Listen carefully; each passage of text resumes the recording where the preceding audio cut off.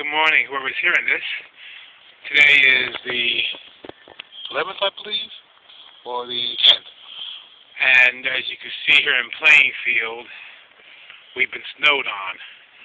Right now it's kind of a lull in the storm, so I figure let me go out and do my walk and everything before it comes back. The weatherman says there'll be more snow later on. You can see it's getting windy. So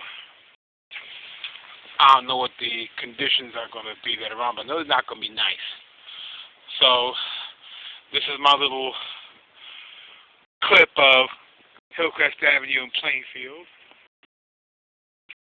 Just got plowed and soon to be plowed over again.